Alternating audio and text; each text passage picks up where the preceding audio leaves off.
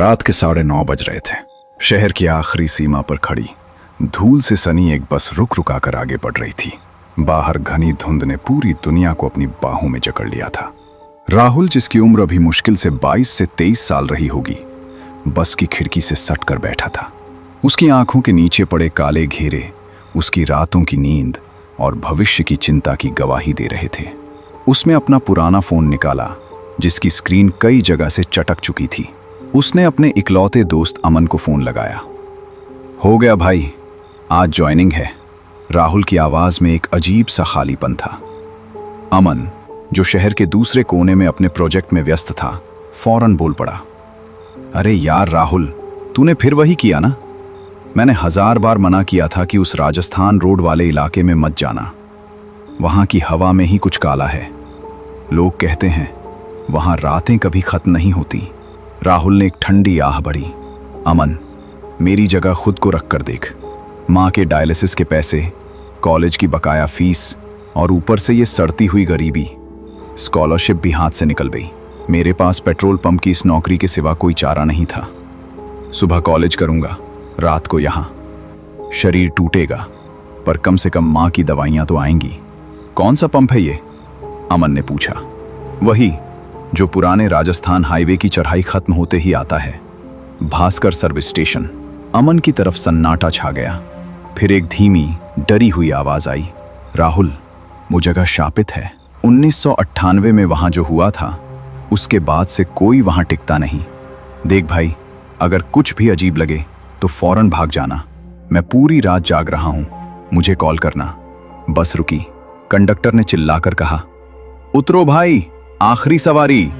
राहुल नीचे उतरा। बस धुंध में ओझल हो गई। सामने वो पंप था, धूल से सना हुआ।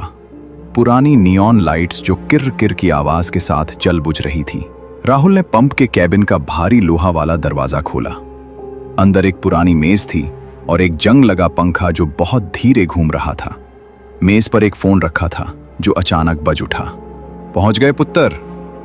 आवाज उसके बॉस सत्यम सिंह की थी। आवाज में कोई भावना नहीं थी, बस एक भारीपन था। जी सर, पहुंच गया। सुनो, दराज में एक लाल रंग की डायरी है, उसे खोलो। उसमें जो नियम लिखे हैं वे पत्थर की लकीर हैं। एक भी नियम टूटा तो तुम्हारी जान की जिम्मेदारी मेरी नहीं होगी। मैं अपना फोन बंद कर रहा हूं। Good luck. फोन कट गया। राहुल ने कांपते हाथों से दराज खींची। अंदर एक फटी पुरानी लाल डायरी थी, जिसके पन्ने पीले पड़ चुके थे। पहले ही पन्ने पर बड़े अक्षरों में लिखा था, जीवित रहने के निर्देश। राहुल ने पढ़ना शुरू किया। 1, मंजिल का ऑन। किसी भी ग्राहक से ये न पूछें कि वो कहां जा रहा है। उनकी यात्रा उनकी है, आपका काम बस ईंधन भरना है। 2, हेडलाइट का अंधकार। अगर कोई गाड़ी बिना लाइट जलाए आए तो उसे रोशनी जलाने को न कहें, चाहे आपको उसका चेहरा न दिखे, बस टैंक भरें। 3, शीत मुद्रा। अगर कोई ऐसे पैसे दे जो बर्फ की तरह ठंडे हों तो उन्हें नए कैश बॉक्स में हाथ भी न लगाएं। उन्हें बगल में रखे उस पुराने टीन के डिब्बे में डाल दें जिस पर जंग लगा है। 4, 3 बजे का सन्नाटा। रात 3 बजे से 4 बजे के बीच ऑफिस के दरवाजे और खिड़कियां बंद कर लें। पर्दे ऐसे गिराएं कि बाहर की एक किरण भी अंदर ना आए। बाहर से चाहे कैसी भी आवाज आए, झांकना मौत को दावत देना है। 5, हॉर्न का श्राप। यदि 3 बजे के बाद आप किसी गाड़ी के हॉर्न की आवाज सुने तो समझ लीजिए कि आपने नियमों का उल्लंघन किया है। वे अब आपको देख सकते हैं। प्रार्थना कीजिए कि मौत जल्दी आए। राहुल के माथे पर पसीना चमकने लगा। उसने डायरी बंद कर दी। ये सब क्या बकवास है, उसने खुद से कहा। लेकिन तभी उसे याद आया कि उसे पैसों की कितनी जरूरत है। वो कुर्सी पर बैठ गया और इंतजार करने लगा। रात के 1 बज रहे थे। सन्नाटा इतना गहरा था कि राहुल को अपनी धड़कनें किसी हथौड़े की तरह सुनाई दे रही थी। तभी दूर से एक इंजन की घरघराहट सुनाई दी। धुंध को चीरती हुई एक काली वैगनर कार पंप के पास आकर रुकी। राहुल चौंक गया। कार की हेडलाइट्स बंद थीं। पूरी तरह से काला अंधेरा। नियम नंबर 2 दिमाग में कौंधा। राहुल बाहर निकला। ठंडी हवा के एक झोंके ने उसका स्वागत किया, जिसमें सड़े हुए मांस और पेट्रोल की मिली-जुली गंध थी। उसने कार की खिड़की के पास जाकर पूछा, कितने का? अंदर से कोई जवाब नहीं आया। बस एक भारी ठंडी हवा का झोंका बाहर निकला। फिर एक धीमी सी आवाज आई जो ऐसा लग रहा था जैसे कई सदियों पुरानी हो। Tank full. राहुल ने नोजल उठाया और पेट्रोल भरना शुरू किया। उसकी नजर गलती से कार के पिछले हिस्से पर पड़ी। वो बुरी तरह पिचा हुआ था, जैसे किसी भारी टक्कर का शिकार हुआ हो। अचानक कार का शीशा धीरे से नीचे उतरा। अंदर से एक हाथ बाहर निकला। राहुल की चीख निकलने ही वाली थी कि उसने अपना मुंह दबा लिया। वो हाथ इंसान का नहीं था, वो हड्डियों का एक ढांचा था जिस पर सफेद रंग की सूखी खाल लिपटी थी। उन उंगलियों ने 500 के 2 नोट पकड़े हुए थे। राहुल ने कांपते हाथों से वे नोट लिए। लेते ही उसे ऐसा लगा जैसे किसी ने उसकी हथेली पर साक्षात बर्फ का टुकड़ा रख दिया हो। वो ठंडक उसकी खाल को जला देने वाली थी। वो भागकर ऑफिस के अंदर घुसा और उन नोटों को पुराने टीन के बॉक्स में फेंक दिया। कार बिना किसी आवाज के, बिना लाइट जलाए धुंध में विलीन हो गई। राहुल का दम फूल रहा था। उसने फोन उठाकर अमन को सब बताया। अमन चिल्लाया, राहुल वहां से भाग। वो पैसे जो तूने लिए वे 1998 के पुराने नोट हैं। वे अब चलन में नहीं हैं, वे लोग मर चुके हैं। राहुल ने केबिन की शेल्फ पर रखा एक पुराना अखबार उठाया। तारीख थी 14 अक्टूबर 1998। खबर थी, राजस्थान रोड पर भीषण हादसा। रात 3 बजे एक बस अनियंत्रित होकर रुकी हुई गाड़ियों से टकराई। सभी 42 यात्रियों की जलकर मौत। अखबार में उस काली वैगनर की भी फोटो थी जो राहुल ने अभी अभी देखी थी। राहुल ने घड़ी देखी, 2:55 सुबह।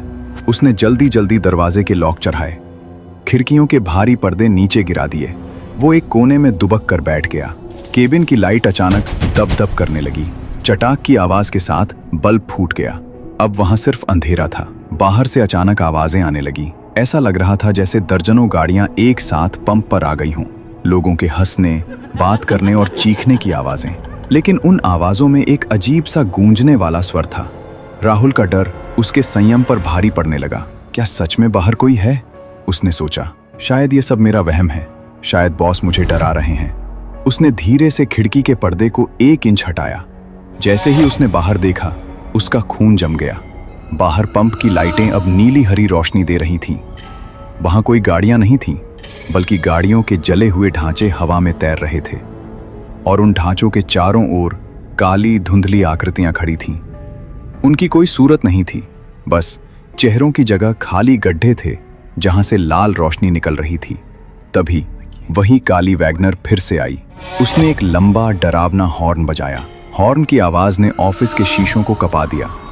जैसे ही हॉर्न थमा, बाहर खड़ी वे तमाम परछाइयां एक साथ मुड़ी और उनकी लाल आंखें सीधे राहुल की आंखों में गड़ी थीं। राहुल ने पर्दा छोड़ा और पीछे हटा, पर अब बहुत देर हो चुकी थी। उन्होंने उसे देख लिया था। ऑफिस के दरवाजे पर धक्कों की आवाज शुरू हुई। कोई बाहर से दरवाजा नहीं पीट रहा था, बल्कि उसे उखाड़ फेंकना चाहता था। राहुल ने अमन को कॉल किया। फोन उठा, पर उधर से अमन नहीं, बल्कि वही सड़ती हुई आवाज आई, टैंक फुल कर दो। तुमने नियम तोड़ा है राहुल, अब तुम्हारा टैंक भी हमारे खून से भरेगा। राहुल बेहोश होकर जमीन पर गिर पड़ा। उसका आखिरी एहसास वो कड़ाके की ठंड थी जो ऑफिस के अंदर फैल रही थी। जब राहुल की आंख खुली तो सूरज की सुनहरी किरणें ऑफिस की टूटी हुई खिड़की से अंदर आ रही थीं। ऑफिस का सारा सामान बिखरा पड़ा था। वो उठकर बाहर आया। वहां कोई परछाइयां नहीं थी, बस सुबह की ताजी हवा थी। तभी मिस्टर सत्यम सिंह अपनी जीप से वहां पहुंचे। उनके चेहरे पर एक अजीब सी शांति थी। पुत्र, तुम बच गए। ये किसी चमत्कार से कम नहीं है। उन्होंने राहुल के कंधे पर हाथ रखते हुए कहा। ये सब क्या था सर? वे लोग कौन थे? राहुल की आवाज लड़खड़ा रही थी। सत्यम सिंह ने एक सिगरेट सुलगाई और धुआं छोड़ते हुए बोले, वे आत्माएं हैं जो उस रात अपनी मंजिल तक नहीं पहुंच पाईं। उनके लिए वक्त 1998 की उस रात को 3 बजे थम गया है। वे हर रात इसी उम्मीद में आते हैं कि कोई उनका टैंक भरेगा और वे अपनी यात्रा पूरी कर पाएंगे। नियम इसलिए थे कि तुम उनके इस लूप में बाधा न डालो। तुमने खिड़की से बाहर झांककर उन्हें एहसास दिला दिया कि तुम जीवित हो और वे मृत। राहुल ने अपनी जेब में हाथ डाला तो उसे एक लोहे की चाबी मिली। ये क्या है? सत्यम सिंह की आंखें नम हो गईं। ये उस वागनर चलाने वाले ड्राइवर की चाबी है। वो एक भला आदमी था। शायद उसे तुम्हारी मजबूरी समझ आ गई। उसने तुम्हें डराने के बजाय दूसरों से बचा लिया। ये चाबी छोड़ने का मतलब है कि उसकी यात्रा पूरी हो गई, उसे मोक्ष मिल गया। राहुल ने वो चाबी कसकर मुट्ठी में बंद कर ली। उसे अब डर नहीं लग रहा था। उसे समझ आ गया था कि मौत भी सिर्फ एक पड़ाव है। शाम हुई। राहुल फिर से ड्यूटी पर था। अमन का फोन आया। भाई तू पागल है जो फिर वहां गया? राहुल ने मुस्कुराते हुए खिड़की के बाहर देखा, जहां धुंध फिर से घनी हो रही थी। अमन, कुछ मुसाफिरों को रास्ता दिखाने के लिए किसी का जागना जरूरी है, और वैसे भी अब मैं अकेला नहीं हूं। दूर हाईवे पर एक बिना हेडलाइट वाली गाड़ी की आहट सुनाई दे रही थी। राहुल ने नोजल उठाया और अंधेरे की ओर बढ़ गया।